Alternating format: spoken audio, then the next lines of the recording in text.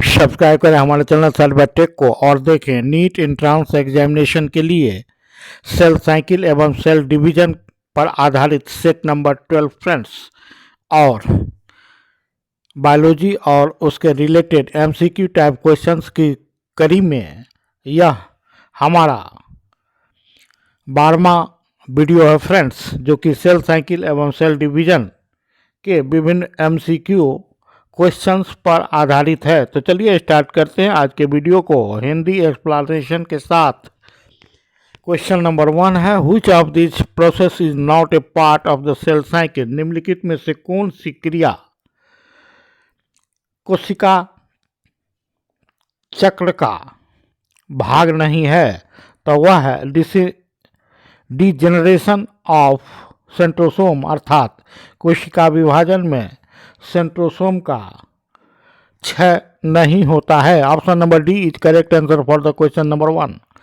Next question है हमारा, in which phase of the cell cycle does DNA replication take place. कोशिका चक्र के किस अवस्था में डीएनए रिप्लिकेशन होता है? तो वह अवस्था है friends option number D, interphase अवस्था में। इंटरफेज अवस्था को G1, S एवं G2 फेज में बांटते हैं और इसके G2 फेज में डीएनए रिप्लिकेशन होता है। इसलिए यहाँ पर option number D correct answer है क्वेश्चन नंबर 2 के लिए। नेक्स्ट है question number 3, the period between M phase is called. M phase के बीच का पीरियड क्या कहलाता है? यहाँ option number A interphase right option है क्वेश्चन नंबर 3 के लिए। क्वेश्चन नंबर 4 है, how much time of entire cell cycle is occupied with interphase. Interphase की अवस्था कोशिका चक्र के कितने समय में पूरा हो जाता है? तो वह है 95%। Option number B is correct answer for the question number 4। Next है, what is the interval between mitosis and DNA replication. Mitosis और डीएनए रिप्लिकेशन के बीच का इंटरवल क्या है या क्या कहलाता है? यहाँ option number c correct answer है G1 phase. Next question number 6, option number D correct answer है, which of this is most eventful period of the cell cycle. तो एम फेज कोशिका चक्र का सबसे महत्वपूर्ण घटनाओं वाला अवस्था है। तो option number D is correct answer for the question number 6 and M phase is completed with prophase, metaphase, anaphase and telophase. As we know, जैसा कि हम जानते हैं कि M phase, prophase, metaphase, anaphase और टीलोफेज में बांटा गया है। Next question, what is the phenomena of the nuclear division is known as. केंद्रक विभाजन की जो अवस्था है वह क्या कहलाती है? तो वह कहलाती है karyokinesis. Carrion means nucleus and kinesis means division. So karyokinesis is a division which is known as nuclear division. Karyokinesis को न्यूक्लियर डिवीजन या केंद्रक विभाजन कहते हैं, जो प्रोफेज, मेटाफेज, एनाफेज एवं टीलोफेज में पूरा होती है। Next question number 8, during S phase of the cell cycle the amount of DNA.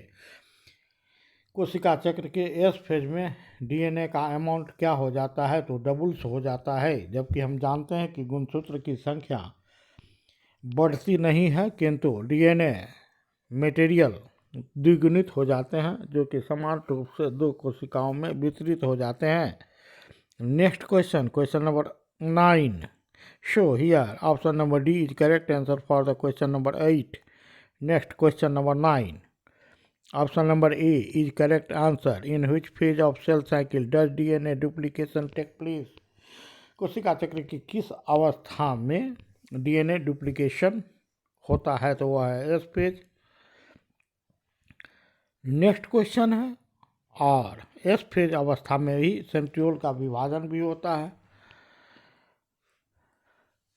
अर्थात सेंट्रियोल बनते हैं सेंट्रोसोम के विभाजित होने से। नेक्स्ट क्वेश्चन है, Question number 10. In which phase of the cell cycle does centriole duplication take place? जैसा कि पूर्व की अवस्था में बताया, पूर्व के क्वेश्चन में बताया कि एस फेज में ही सेंट्रियोल का भी डुप्लीकेशन होता है और डीएनए का रिप्लिकेशन भी होता है. S phase means synthesis phase. Option number A is correct answer for the question number 10. Next question है question number 11. Protein synthesis take place in. Protein synthesis take place in both G1 and G2 phases, which is the phase of the growth. And here protein synthesis take place. Now, option number C is correct answer for the question number 11. Next, question number 12. Which process does the M phase of the cell cycle start with? किस क्रिया के द्वारा कोशिका चक्र का M phase start होता है? तो वह कैरियोकिनेसिस अर्थात केंद्रक का विभाजन, जो कि प्रोफेज, मेटाफेज, एनाफेज एवं टीलोफेज के द्वारा पूरा होता है. Next question, question number 13. Mitosis is terminated with. Mitosis की समाप्ति होती है साइटोकिनेसिस के साथ, अर्थात कोशिका एक कोशिका मातृ कोशिका से दो डॉटर कोशिका का निर्माण होता है. इस क्रिया को साइटोकिनेसिस कहते हैं, अर्थात साइटोप्लाज्म के विभाजन के साथ ही माइटोसिस या कैरियोकिनेसिस की क्रिया समाप्त हो जाती है. So option number B is correct answer for question number 13. Next, in anaphase a metacentric chromosome appears. Anaphase की अवस्था में एक मेटासेंट्रिक क्रोमोजोम किस प्रकार का दिखाई पड़ता है? तो भी सेपरेट दिखलाई पड़ता है. Next question number 15. Longest phase of mitosis. Mitosis की सबसे लंबी अवस्था कहलाती है prophase. Next question, show here. Option number A is correct answer for the question number 15. Next question, pre DNA synthesis phase is G1 phase is known as pre DNA synthesis phase. Synthesis phase is known for centrosome duplication, DNA replication, and the pre-DNA synthesis phase is G1 phase. Next, and onwards, G1, S and G2 phase proceed. Next question number 17. Which of the following is called heterotypic division?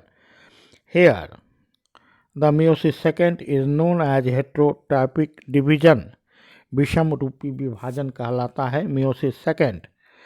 So here option number C is correct answer for the question number 17.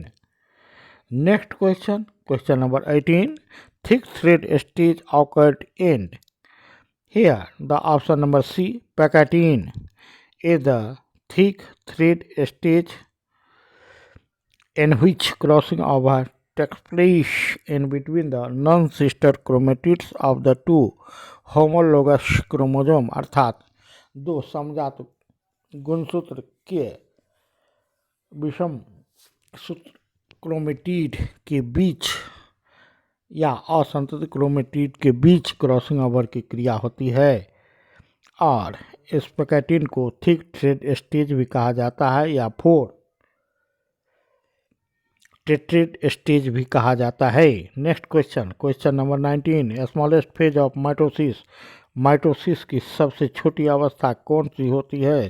तो option number c correct answer है. Anaphase is the smallest phase of mitosis, and before I have discussed that prophase is the longest phase of the mitosis. So you should have to remember the two fact. Next question number 20. Synthesis of protein for formation of spindle fibers takes place in. Spindle fibres के निर्माण के लिए protein का निर्माण होता है. तो question number 20 का option number b G2 phase में. Next and last question of this video is crossing over place on four standard stage. Option number D is correct answer for the question number 21, or tetrad stage, in which crossing over takes in between the two non-sister chromatids of two homologous chromosomes. and it is the transfer of the genetic material and due to which genetic diversity occur in the offspring by the cell division which is known as meiosis.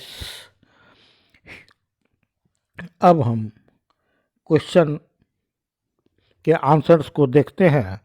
तो यहाँ 21 questions के answer को मैंने दे रखा है। आप अपने उत्तर की संपुष्टि नीचे दिए गए उत्तर से कर लेंगे। Thanks for watching. Good night.